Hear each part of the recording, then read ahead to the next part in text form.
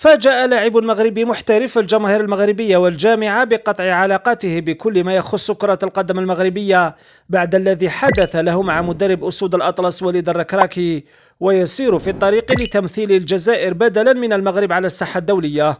وكشفت مصادر إعلامية أن متوسط ميدان نادي أولمبيك مارسيليا بلال نادير قام بإلغاء متابعته لحسابات المنتخب المغربي على مواقع التواصل الاجتماعي بعدما ظل المدرب الركراكي يتجاهله ويخرجه من مفكرته ولا يعمل على دعوته لحمل قميص المنتخب الأول.